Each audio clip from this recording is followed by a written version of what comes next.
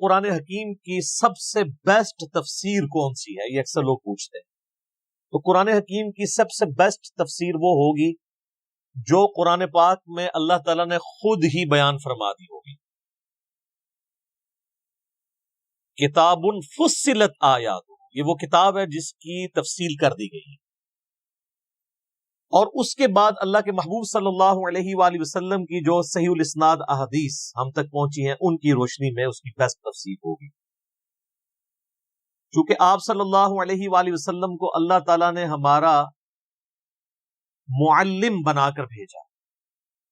تو اللہ تعالیٰ نے جہاں قرآن نازل فرمایا، اس قرآن میں جو ضروری چیزیں اس کے ساتھ جڑی ہوئی تھی، نبی صلی اللہ علیہ وآلہ وسلم کے ذریعے امت تک پہنچا. لہذا اس پہ کوئی دوسری رائے نہیں ہے کہ دین اسلام کے بنیادی دو سورسز ہیں، کتاب اللہ اور سنت. اجماع امت جو ہے وہ کتاب و سنت میں ہی داخل ہے، کیونکہ اجماع کو حجت ماننا، کتاب و سنت کو حجت ماننا. اللہ تعالیٰ نے سورہ القیامہ کے اندر ارشاد فرمایا، پارہ نمبر 29 میں، آیت نمبر ہے 17. اعوذ باللہ من الشیطان الرجیم. ان علینا جمعہ وقرآنہ، بے شک ہمارے یہ ذمے ہے قرآن کو جمع کرنا اور اس کا پڑھانا. فَإِذَا قَرَأْنَاهُ فَاتَّبِعْ قُرْآنَهُ، تو جب قرآن پاک پڑھا جا رہا ہو تو آپ اس کی اتباع کیا کریں. ثُمَّ إِنَّ عَلَيْنَا بَيَانَهُ، اس کے بعد اس کا بیان یعنی اس کی جو تفسیر ہے وہ بھی ہمارے ذمہ. اس آیت کے کانٹیکسٹ میں صحیح بخاری میں ایک حدیث ہے کہ نبی علیہ السلام پہ جب وحی کا نزول ہوتا تھا تو آپ، چونکہ سینہ مبارک پہ یہ نازل ہوتی تھی، روح مبارک پہ، تو آپ علیہ السلام اپنی زبان کو تیزی سے حرکت دیتے تھے تاکہ جو کچھ پڑھا جا رہا ہے جبرائیل علیہ السلام کی طرف سے وہ مجھے کریم ہو جائے، زبانی یاد. تو پھر اللہ تعالیٰ نے نبی علیہ السلام کی تسلی فرمائی کہ آپ اپنی زبان کو تیزی سے حرکت نہ دیا کریں، یہ ہمارے ذمے ہے آپ کے سینے میں قرآن کو جمع کرنا، اور اس کے بعد اس کا بیان، اس کی تفسیر، وہ بھی ہمارے ذمہ ہے جو سنت کی فارم میں ہم تک پہنچے. اب اکثر لوگ یہ سوال پوچھتے ہیں کہ جی قرآن حکیم کی کون سی تفسیر پڑھی جائے، اور اس حوالے سے یہ بات بھی پبلکلی آتی ہے کہ جی تفسیر بالرائے کرنا حرام ہے. اس کے حوالے سے میں پہلے بھی ڈسکشن کر چکا ہوں. جہاں تک احکامات کا تعلق ہے تو ظاہر ہے کہ وہ قرآن حکیم اور صحیح الاسناد احادیث کی روشنی میں ان کو سمجھا جائے. لیکن جہاں تک قرآن حکیم کے سائنٹیفک فیکٹس ہیں تو وہ جیسے جیسے سائنس آگے جا رہی ہے اور ہڈن ٹروتھس جو اس یونیورس کے ہیں وہ انسان پہ ایکسپوز ہو رہے ہیں، تو اس کی بنیاد پہ ان چیزوں کو سمجھنا ضروری ہو. اس کے حوالے سے میں نے پچھلی دفعہ ڈسکشن کی تھی کہ ہمارے پرانے بزرگوں سے قرآن حکیم کا ترجمہ اور تفسیر کرتے ہوئے کئی فاش غلطیاں صرف اسی لیے ہوئی کہ اس وقت سائنس کا اتنا علم نہیں تھا. اس کی وجہ سے انہوں نے ترجمے میں بھی اپنی طرف سے کچھ چیزیں داخل کر دیں جو اس وقت ان کے پاس لمیٹڈ نالج تھا، اس کو مد نظر رکھتے ہوئے، جو آج غلطیاں جو ہیں وہ مسلمانوں کے لیے وبال جان بنی. تو یہ یاد رکھیے گا کہ قرآن حکیم کے صرف ٹیکسٹ کی گارنٹی ہے. اس کے ترجمے کے اندر کوئی شخص الفاظ کا چناؤ غلط کر لیتا ہے یا تفسیر کرتے ہوئے غلط بات لکھتا ہے تو وہ قرآن حکیم اس کو آن نہیں کرتا. تو سائنٹیفک فیکٹس کے حوالے سے تو میں پچھلی دفعہ ڈسکس کر چکا. رہا احکامات کا تعلق، تو اس کے حوالے سے جو قرآن حکیم کی تفسیر ہے، سب سے بیسٹ تفسیر وہ تفسیر ہوگی جو قرآن حکیم کی آیات اور صحیح الاسناد احادیث کی روشنی. اس حوالے سے امت میں کئی ایک تفاسیر لکھی گئی، سینکڑوں کی تعداد میں تفاسیر موجود ہیں، درجنوں میں نہیں. لیکن سب سے پہلے جو اسلام میں قرآن حکیم کو بنیاد بنا کے جو تفسیر لکھی گئی وہ 4 صدی ہجری میں ایک بزرگ فوت ہوئے ہیں. آپ 3 صدی ہجری کا بھی ان کو کہہ سکتے ہیں. 310 ہجری میں وہ فوت ہوئے. ابن جریر طبری رحمہ اللہ تعالی المتوفا 310 ہجری.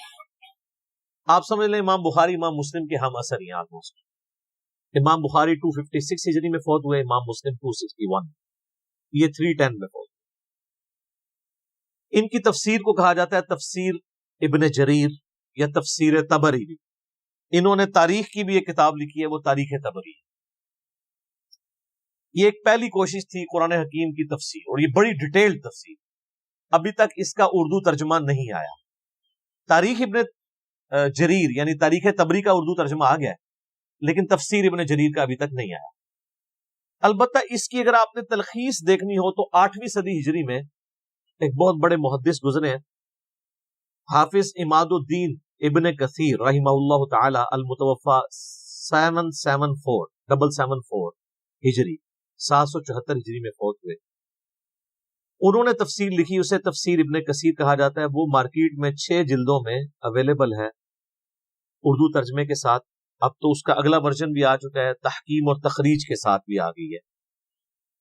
قرآن حکیم کی سب سے بیسٹ تفسیر بالروایا، احادیث کی روشنی میں، روایات کی روشنی میں پوری دنیا میں جو مانی جاتی ہے وہ تفسیر ابن کثیر ہے. اگرچہ اس میں بھی کئی ایک دیو مالائی قصے کہانیاں بھی انہوں نے لکھ دی ہیں، ان کو اگر چھوڑ دیا جائے اور جو کچھ جعلی روایتیں بھی لکھ دی ان کو بھی چھوڑ دیا جائے اور صرف صحیح الاسناد احادیث کو دیکھا جائے تو اس سے بیسٹ کوئی تفسیر نہیں ہے. اب مارکیٹ میں چونکہ یہ تخریج اور تحکیم کے ساتھ شیخ البانی رحمہ اللہ تعالیٰ اور شیخ زبیر علی رحمہ اللہ تعالیٰ کی تحکیم کے ساتھ اویلیبل ہے، تو آپ کو صحیح اور ضعیف کا فرق پتہ چل جائے گا. مکتبہ اسلامیہ نے، جن کی مشکات چھپی ہوئی ہے، 6 جلدوں میں انہوں نے شیخ زبیر صاحب کی تحکیم کے ساتھ تفسیر ابن کثیر چھاپی ہوئی ہے. PDF بھی آپ کو گوگل میں مل جائے گا. کمال کا کام ہے وہ. اس میں شیخ صاحب نے صحیح ضعیف کا فرق اور جو من گھڑت قصے کہانیاں تھیں ان کو، یعنی وہ لکھی تو ہوئی ہیں لیکن ان کے نیچے فٹ نوٹ پہ لکھ دیا کہ ان کی کوئی اثر نہیں ہے. اور وہی چیزیں ہیں جو لوگ پھر غلط عقیدوں کی بنیاد بنا کے پیش کرتے ہیں. جو تفسیر ابن کثیر میں بھی لکھا ہوا، تفسیر ابن کثیر میں لکھا ہونے کا یہ مطلب نہیں کہ قرآن و حدیث میں لکھا ہوا ہے. ایک عالم ہے، اس نے کوئی ایک واقعہ لکھ دیا، اس میں تو بڑے عشق مشوقی والے بھی واقعات لکھے ہوئے ہیں، ان کی کوئی اصل نہیں ہے. ہاں، حافظ ابن کثیر جو آیت لے کے آئے، جو حدیث لے کے آئے، اس کو آپ فالو کریں گے. باقی انہوں نے جو واقعات لکھ دیے کچھ، ان کی کوئی حقیقت نہیں ہے، نہ اس کو بنیاد بنا کے کوئی عقیدہ رکھا جا سکتا ہے. عقیدے کا سورس کتابوں سے. تفسیر ابن کثیر چونکہ ڈیٹیلڈ ہے، اس لیے یعنی لوگوں کے لیے پڑھنے میں بھی تردد ہوتا ہے. اسی کو مزید تلخیص کے ساتھ ایک جلد کے اندر اہل حدیث مکتبہ فکر کی جانب سے بڑا اچھا کام ہوا ہے. احسن البیان ایک قرآن کی تفسیر ہے، حافظ صلاح الدین یوسف صاحب کی. آلموسٹ ان کی 90 سال کے قریب عمر ہے. دارالاسلام والوں کے اکثر وہی کام کر رہے ہوتے ہیں. سعودی عرب سے بھی حاجیوں کو جو مفت تفسیر دی جاتی ہے وہ وہی ہے. پاکستان میں بھی آپ کو احسن البیان کے نام سے دارالاسلام والوں سے مل جائے گی. اس کا ایک بڑے یعنی سائز میں بھی ورژن آ چکا ہے. اس میں ریڈ اور بلیک کلر، 2 کلرز انہوں نے یوز کیے ہیں. ریفرنسز ریڈ کلر میں ہیں اور رائٹنگ بلیک کلر میں، فونٹ بھی موٹا ہے. اور سب سے بڑی خوبی یہ ہے کہ تفسیر جو ہے وہ نچلے والے ہاف پورشن میں ہوئی ہے. پہلے تو آپ کو پتا تفسیریں سائیڈ حاشیے پہ چھپتی تھی، تو وہ حاشیہ ڈھونڈتے ہوئے آدھا ادھر ہوتا تھا آدھا ادھر ہوتا تھا. تو انہوں نے آدھا حصہ جو ہے وہ عربی اور ترجمے کے لیے رکھا ہے اور نیچے والا ہاف حصہ جو ہے اس کی تفسیر کی. حاجیوں کو یہ مفت دیا جاتا ہے. وہ حاجیوں والا جو ورژن ہے وہ چھوٹے سائز میں، اس کی ہینڈ رائٹنگ بھی چھوٹی ہے، بال پڑھی جا سکتی ہے. لیکن یہ جو ابھی اٹلی سے پرنٹ کروایا ہے دارالاسلام والوں نے، وہ بڑے سائز میں ہے اور اس کی قیمت بھی آلموسٹ 1200 روپے ہوگی اس وقت، لیکن بڑے اچھے کاغذ کے اوپر ہے. باقی تو دارالاسلام والے آلموسٹ ڈبل ٹرپل قیمت ہی کتابوں کی لگا رہے ہوتے ہیں. لیکن قرآن کے ساتھ شکر انہوں نے یہ ظلم نہیں کیا، قرآن کی قیمت انہوں نے بڑی اچھی رکھی ہوئی ہے. تو وہ آپ دارالاسلام والا قرآن احسن البیان لیں، اگرچہ اس میں بھی کئی ایک خامیاں ہیں. اور وہ خامیاں اس وجہ سے ہیں کہ صلاح الدین یوسف صاحب کا ایک اپنا خاص مزاج ہے، وہ انہوں نے اپنا مزاج بھی اس میں کچھ داخل کیا ہے. میں نے وقتاً فوقتاً اس کو ہائی لائٹ کیا ہے، اس کو ضرورت نہیں ہے. بٹ اوورال اس وقت جتنی تفسیر اویلیبل ہیں ان میں ایک آپ کو مختصر تفسیر کے طور پہ وہ ایک اچھی تفسیر مل جائے گی ایک جلد کے اندر. لیکن ان تمام تفسیر میں آپ کو ایک کمزوری نظر آئی، اور وہ یہ ہے کہ یہ آج کے دور کے انسان کے ساتھ کئی معاملات میں مس فٹ ہے. ظاہر حافظ ابن کثیر نے جو تفسیر لکھی، اس کو لکھے ہوئے بھی آلموسٹ 650 سال ہو چکے ہیں. اب 650 سال میں دنیا چینج ہو چکی ہے، عقائد کے اختلافات نئے آ چکے ہیں. حافظ صاحب کے زمانے میں تو علم غیب، حاضر و ناظر، یہ والے ایشوز تو نہیں تھے. اب زیادہ تر ایشوز جو ہیں وہ ان عقیدوں کے حوالے سے ہیں. اس لیے یہ چیزیں آپ کو وہاں پہ خالی نظر آئیں. اس میں حافظ صاحب کا کوئی قصور نہیں ہے. ظاہر اس زمانے میں ایشو ہوتے تو وہ یقیناً اس کو ایڈریس کرتے ہیں. لیکن ایک چیز جو میں سمجھتا ہوں ان تفاسیر میں کمزوری ہے وہ یہ ہے کہ قرآن حکیم جگہ جگہ تورات، زبور، انجیل کے حوالے پیش کرتا ہے. ایتونی بکتاب من قبل ھذا او اثارۃ من علم ان کنتم صادقین.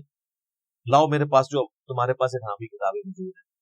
اس طریقے سے سورہ آل عمران میں آتا ہے کہ تورات لے کے آؤ، اس میں پڑھ کے دیکھو کہ جو تم عقیدے اڈاپٹ کیے ہوئے ہو. اونٹ کے گوشت کے حوالے سے کانٹیکسٹ میں خصوصاً بات ہو رہی تھی سورہ نساء کے اندر، سورہ آل عمران کے اندر پارہ نمبر 4 کے سٹارٹ. اسی طریقے سے جگہ جگہ جو یہودیوں کے فاسد نظریات کا ذکر آتا ہے، ان کی کتابوں کی تحریف کا ذکر آتا ہے، اور کچھ چیزیں قرآن اپنے حق میں استعمال کرتا ہے ان کتابوں کی. تو ظاہر وہ کتابیں تو دنیا میں موجود ہیں، تورات اور انجیل دنیا میں موجود ہے. اگرچہ تعریف شدہ ہے، وہ تو قرآن کے نزول کے وقت بھی تعریف شدہ تھی، اس کے باوجود اللہ تعالیٰ ان کتابوں کی طرف ریفر کرتا تھا کہ اس میں یہ چیزیں موجود ہیں. آج بھی جو اسٹیبلش تورات، انجیل اور صحائف جو ہیں وہ بنی اسرائیل کے پیغمبروں کے، وہ انجیل مقدس کے نام سے Anarkali society, Bible society Anarkali Lahore والوں نے پرنٹ کی ہے. اس میں وہ ساری چیزیں موجود ہیں. جب قرآن ان چیزوں کے حوالے پیش کرتا ہے تو ہمارے مفسرین کا یہ کام تھا کہ اس وقت وہ محنت کر کے ان حوالوں کو تلاش کرتے ہیں. لیکن معذرت کے ساتھ یہ کام حافظ ابن کثیر نے نہیں کیا، اور یہ اتنی بڑی کمزوری ہے کہ جس کی وجہ سے ایک آج کا پڑھا لکھا نوجوان جب ان چیزوں کو پڑھتا ہے تو وہ کنفیوز ہوتا ہے. کیونکہ جب قرآن اس کی بات کرتا ہے تو پھر لائن تورات میں وہ آیات کہاں موجود ہیں، رجم کی سزا کے حوالے سے ہوں یا باقی چیزیں ہوں. یہ کام امت میں ایک بندے نے کیا، اور اس نے وہ کام کر کے ان ساری تفسیروں کو پیچھے چھوڑ دیا. میرے خیال میں اسلامک ہسٹری میں علا وجہ بصیرت، میں چونکہ اکثر تفسیر پڑھ چکا ہوں، قرآن پاک کی سب سے بیسٹ تفسیر اگر کسی بندے نے کی ہے تو وہ مولانا مودودی رحمہ اللہ ہوتا ہے. تفہیم القرآن. تفہیم القرآن کا صرف آپ مقدمہ ہی پڑھ لیں تو آپ اس کے اندر جو بجلی بھری ہوئی ہے وہ سمجھ آئے. ڈاکٹر اسرار صاحب کی زندگی کیوں بدلی ہے؟ تفہیم القرآن کی وجہ سے. پوری دنیا میں اس وقت قرآن کے اوپر جتنی آوازیں اٹھی ہیں نا، سب کو اگر آپ ڈیپ ڈگ کریں گے نا تو پیچھے مودودی صاحب نکلیں گے. ڈاکٹر فرحت ہاشمی، ون وومن آرمی، ان کے والد صاحب سرگودا میں جماعت اسلامی کے امیر تھے. ڈاکٹر فرحت ہاشمی بھی مولانا مودودی کا فیض ہے. ڈاکٹر اسرار صاحب تو ان کے ڈائریکٹ شاگرد ہیں. ڈاکٹر اسرار صاحب نے بیان القرآن میں سورہ یوسف کی ریکارڈنگ کے دوران یہ بات خود سنائی، ویڈیو میں ریکارڈڈ. وہ کہتے ہیں کہ جب پارٹیشن ہوئی تو پنجاب میں، جو مشرقی پنجاب ہے جو اس وقت انڈیا میں، محسور ایک علاقہ تھا، اس علاقے کا نام بھی محسور تھا، اور کہتے ہیں ہم محسور بھی ہو گئے، اور میں میٹرک کا اسٹوڈنٹ تھا. تو کہتے ہیں ہم مورچے بنا کے مسلمانوں کی حفاظت کے لیے بیٹھے ہوتے تھے، پورا دن کرنے کو کام نہیں ہوتا تھا. تو ان دنوں مولانا مودودی رحمہ اللہ کی جو تفسیر ہے تفہیم القرآن، یہ ان کا جو رسالہ نکلتا تھا ترجمان القرآن، اسی کے نام پہ انہوں نے پبلیکیشن بھی بنائی ہوئی ہے ترجمان القرآن کے. تو اس میں مودودی صاحب کی تفسیر چھپ رہی تھی. تو ان دنوں سورہ یوسف کے اوپر مودودی صاحب لکھ رہے تھے. تو کہتے ہیں میرا بڑا بھائی جو ہے وہ جماعت اسلامی میں تھا، میں میٹرک میں تھا، میں نے عربی رکھی ہوئی تھی، عربی مجھے بھی آتی تھی، فارسی بھی تھوڑی بہت آتی تھی. تو میں نے ترجمان القرآن سے سورہ یوسف کی مودودی صاحب کی تفسیر جب پڑھنی شروع کی تو میرا دل قرآن کی طرف مائل ہوا. تو پھر میں نے ارادہ کیا کہ میں نے قرآن کا علم حاصل کرنا. ویسے کنگ ایڈورڈ سے وہ میڈیکل ڈاکٹر بھی بن کے فارغ ہوئے، لیکن پیرلل میں انہوں نے مودودی صاحب سے اور امین احسن اصلاحی صاحب سے قرآن کی تعلیم بھی حاصل کی. تو وہ کہتے ہیں سورہ یوسف کی تفسیر نے میری زندگی بدل دی. مولانا مودودی نے سورہ یوسف کی جو تفسیر کیا، آپ سارے پرانے بزرگوں کی تفسیریں اٹھا کے دیکھ لیں، اینڈ پہ آپ مودودی صاحب کی تفسیر پڑھیں تو آپ کو اتنا فرق نظر آئے گا جتنا ایک پرائمری پاس اور پی ایچ ڈی میں نظر آتا ہے. کیوں؟ سورہ یوسف میں حضرت یوسف علیہ السلام کا جو واقعہ بیان ہوا ہے نا، اس کا ایک ورژن تورات کے اندر بھی موجود ہے. تورات، زبور، انجیل وہ کٹھی چھپی ہوئی ہیں جو انجیل مقدس. پورا حضرت یوسف علیہ السلام کا ذکر اس میں موجود ہے. جو شروع کا چیپٹر ہے پیدائش، کس طریقے سے یوسف علیہ السلام کہ بھائیوں نے ان کے ساتھ کیا، اور اس طریقے سے سارے معاملات چلے۔ اب قرآن پاک میں بھی سورہ یوسف میں حضرت یوسف علیہ السلام کی پوری بایوگرافی ہے، لیکن تورات اور یوسف علیہ السلام کا جو واقعہ قرآن میں آیا یہ آپس میں میچ نہیں کرتے۔ کئی جگہ باتیں میچ کرتی ہیں، کئی جگہ فرق ہیں۔ اب اس وقت یہ ضرورت تھی کہ قرآن کی جب تفسیر لکھی جائے، اور قرآن پرانی الہامی کتابوں کا بھی ذکر کرتا ہے، تو کسی عالم کو تو چاہیے تھا ان 1400 سالوں میں کہ وہ ان کی الہامی کتابیں اٹھاتا، اس میں سے وہ آیات نقل کرتا، پھر قرآن کی آیات نقل کرتا، پھر ان کو کمپیئر کرتا اور بتاتا کہ کس کا ورژن درست ہے، کس کا غلط ہے۔ زیرو کام ہوا ہے اس کے اوپر، کسی پرانے بزرگ نے کام نہیں کیا۔ یہ جو پرانے بزرگوں کی لکیر پیٹتے رہتے ہیں نا، یہ میرے ساتھ آ کے بات کریں، میں ان کو بتاؤں پرانے بزرگوں نے کتنی چیزیں جو ہیں ان کو ان اٹینڈڈ چھوڑا ہے جو ضرورت تھی، اور وہ کمزوریاں آ کے بعد کے لوگوں نے پوری کی ہیں۔ یہ تو ذالک فضل اللہ یؤتی من یشاء۔ اب آپ سر محنت کریں، یہاں 100 کے قریب لوگ بیٹھے ہیں، باقی ہزاروں لوگ ہماری ویڈیوز دیکھتے ہیں۔ آپ سورہ یوسف کی تفسیر تفہیم القرآن میں پڑھیں، آپ کو اگر خرید نہیں سکتے PDF ہماری ویب سائٹ سے ڈاؤن لوڈ کر لیں، اور اس کے بعد آپ ابن کثیر کو اٹھا لیں، تبری کو اٹھا لیں، احسن البیان اٹھا لیں، اور جتنی تفسیریں ہیں، تبیان القرآن غلام سو سعیدی صاحب کی اٹھا لیں، آپ کو زمین و آسمان کا فرق لگتا۔ مودودی صاحب نے ساری وہ تورات کی آیات لکھی ہیں، اور جہاں جہاں وہ قرآن سے ڈفرنس کرتی ہیں ان کا فرق بتایا، اور پھر انہوں نے ثابت کیا ہے عقلاً کہ یہ تورات کی سٹیٹمنٹ جو ہے یہ چینج ہوئی ہے، قرآن جو بات کر رہا ہے یہی بات فٹ اینڈ بیٹھتی ہے۔ عقل کے پیرائے کے اوپر انہوں نے ایک ایک چیز کو ثابت کیا۔ یہ تو میں ایک آپ کو ورژن بتا رہا ہوں، اس کے علاوہ بھی قرآن حکیم میں جہاں جہاں وہ آیات آتی ہیں جس میں اللہ تعالیٰ تورات کی طرف مائل کرتا ہے، تو وہ ڈھونڈ کے لے کے آتے ہیں وہ آیات۔ تو یہ تورات زبور انجیل سے تو وہ لے کے آئے گا جس نے پڑھی ہوئی ہوگی، اور جس کو یہ کہانی کرائی گئی ہو کہ جی آپ نے تورات زبور انجیل پڑھنی نہیں ہے، اور وہ ایک جعلی روایت ترمذی اور دارمی کی پیش کرتے ہیں کہ حضرت عمر فاروق نے وہ تورات کے صفحے اٹھائے ہوئے تھے تو حضور علیہ السلام ناراض ہو گئے۔ یہ تو ان اصول محدثین پہ روایت ہی ضعیف ہے، یہ قرآن کے بھی خلاف ہے۔ قرآن تو کہتا ہے ایتونی بکتاب من قبل ھذا او اثارۃ من علم ان کنتم صادقین۔ بال مودودی صاحب نے یہ محنت کی ہے، اور آج آپ پڑھیں تو آپ کا دل خوش ہوتا ہے۔ قرآن کی حقانیت جس طریقے سے انہوں نے کھول کے، ابھی میں ان سائنٹیفک فیکٹس کے حوالے سے جو ان کی ڈسکشن ہے، پھر قرآن کی جو انقلابی دعوت ہے، جو غیر مسلموں کے اسلام کے اوپر اعتراضات ہیں، اس کا آپ کو زیرو آنسر ملے گا ابن کثیر میں، ابن جریر میں اور باقیوں میں۔ لیکن مودودی صاحب وہ ساری سائنٹیفک چیزیں، وہ سارے علمی اعتراضات، چاہے وہ جدید تھے یا قدیم تھے، ان کو آخری درجے تک جا کے ایڈریس کرتے ہیں کہ ایک بندے کا دل اشش کر اٹھتا ہے کہ یار اس بندے، اور میں حیران ہوں کہ اس بندے نے اس زمانے میں نہ کوئی سافٹ ویئر تھے، نہ حدیث کی کتابیں ہر بندے کی پہنچ میں تھی، اس بندے نے اتنا انٹلیکچوئل کام کیا ہے، اور پھر جو اللہ نے ان کو روانگی دی تھی قلم کی، ماشاء اللہ تعالی لا حول ولا قوت۔ اور یہ آپ پڑھ کے دیکھیں گے تو، میں نے تو ساری پڑھی ہوئی ہے نا، میں تو اینڈ میں تفہیم القرآن پہ پہنچا تو مجھے آئیڈیا ہوا کہ پوری دنیا کے اندر انٹلیکچوئلز کیوں تفہیم القرآن کا ذکر کرتے ہیں، تو وہ آپ کو آئیڈیا ہوگا۔ تفہیم القرآن آپ ضرور خریدیں۔ ادارہ ترجمان القرآن والوں نے اب کمپیوٹر کمپوزنگ کے ساتھ بھی تفہیم القرآن چھاپ دی ہے۔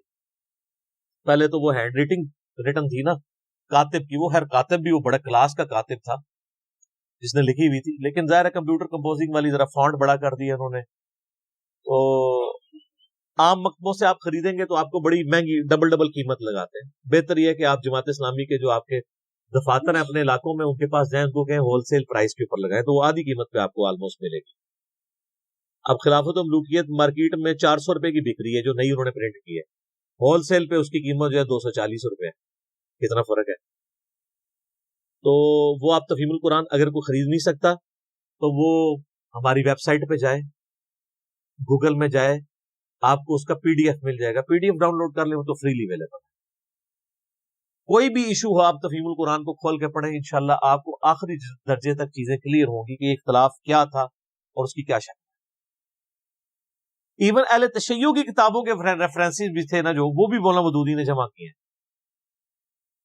یعنی سیدنا عمر کا دفاع کرنا پڑا سورہ نور کی آیت نمبر 55 میں خلافت کے حوالے سے کہ اللہ تعالیٰ جو وہ اہل ایمان کو زمین میں خلافت دے گا، تو نہج البلاغہ سے مولا علی کا خطبہ انہوں نے نقل کیا، جو جنگ قادسیہ میں حضرت عمر جا رہے تھے تو مولا علی نے ان کو روکا تھا اور کہا تھا کہ اللہ تعالیٰ نے آپ کو مسلمانوں کا مرکز بنایا، اگر آپ شہید ہو گئے تو پیچھے ہمارا شرازہ بکھر جائے گا. اب یہ نہج البلاغہ میں خطبہ لکھا ہوا تھا، شیعہ کی کتاب میں،